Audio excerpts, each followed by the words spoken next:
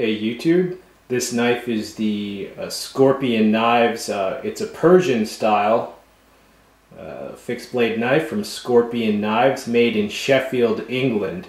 I found this to be a very interesting knife. It's the first knife I've ever purchased from Scorpion Knives. And for those who don't know, Sheffield, England historically has actually been one of those cities that's known for knife production. Kind of like Toledo, Spain, or Seki, Japan, or Zillingen, Germany. All right, now I haven't seen many knives out of Sheffield lately, but when I did see this one coming out of Sheffield, I was very interested because it does have, that city does have great history. I'm glad to know they're still making stuff in Sheffield. Right, here's another view of the knife itself. You see very attractive handle. Micarta handle scales, very nice, full tang, and it comes with that lanyard. All right, let me show you that lanyard because I'm going to take it off. All right, here is the lanyard hole in the extended tang. All right, it comes with this lanyard, and I see how it could be useful. Obviously, this knife it's meant as a kind of a military design. It's obviously designed more as a weapon than as any sort of outdoor tool. And I could see, if you were going in for that, to take out that sentry, I could see wrapping the lanyard just for a little bit extra security. But generally, I personally don't use lanyards on smaller fixed blades. All right, so I just wanted to show that to you, but I am going to take it off. All right, check out the handle on this knife. Beautiful, smooth micarta handle scales with almost a faux wood grain looking pattern there, and you can see they're screwed on by very large torque screws. And notice the monster extended tang, obviously meant as an impact surface there. The finger grooves and the integral guard. The handle produces an excellent grip. Another nice close-up, but you see the contour of this handle and the fact that it is extra wide for a medium-sized blade. It provides an excellent grip to me. And you see there's texture on the base of the spine here. This swedge is unsharpened, right? It would be cool if they sharpened it, because then it could almost be, it would be a hawkbill kind of on that side, right? But I think you could sharpen it if you wanted to. And you see the classic Persian blade design, very functional as a slicer. Probably, it might remind you of a butcher knife, and that's because butcher knives are great slicers, obviously.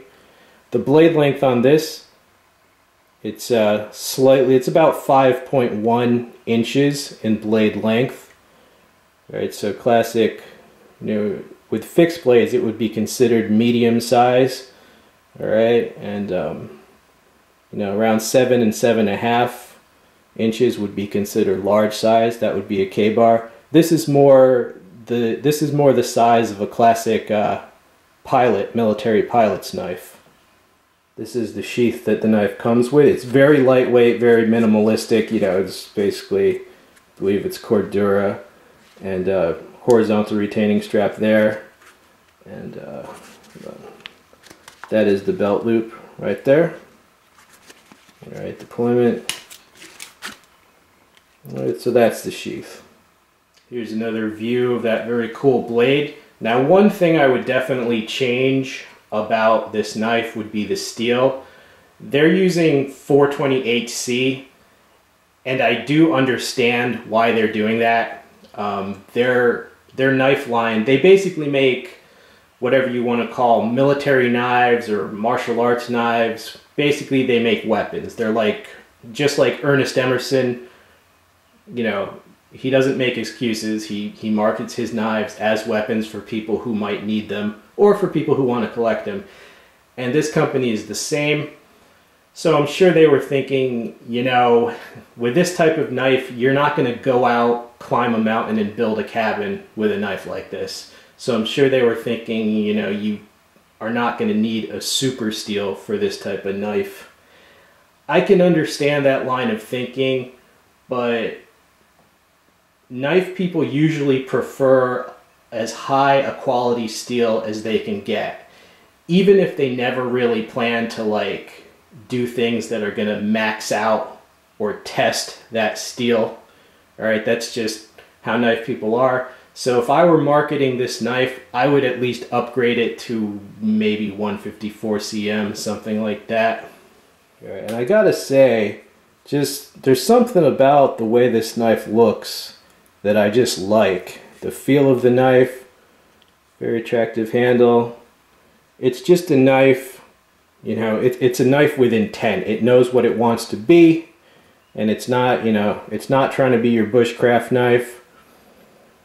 And they have an interesting product line. Okay, Scorpion knives. They're sold at Knife Center. You can check them out. They have like a double-edged dagger version with a similar handle and several other versions. They probably have a tanto, but overall, you know, I find the knife interesting, unique, attractive, and fairly functional for what they intended as. Alright YouTube, there you go. You know, sometimes I bring you a knife not because I'm like recommending it to everyone, but simply because it's new, it's unique, it's different, nobody has reviewed it. I want to bring you stuff that's entertaining, you know. I know that not everybody buys a whole bunch of knives or cares about collecting knives. A lot of people are using YouTube as just something to watch when they're drinking their morning coffee, okay? And so I try to keep things watchable and entertaining. Most of my subscribers are normal people that like to go camping and hunting, maybe twice a month, okay? They're not dropping into the rainforest, and they're not fighting off battalions of enemy troops, okay? So let's just have fun. I think this is a fun knife, and yeah, if you're into this thing, check it out. All right, hope you enjoyed the video. I'm out of here.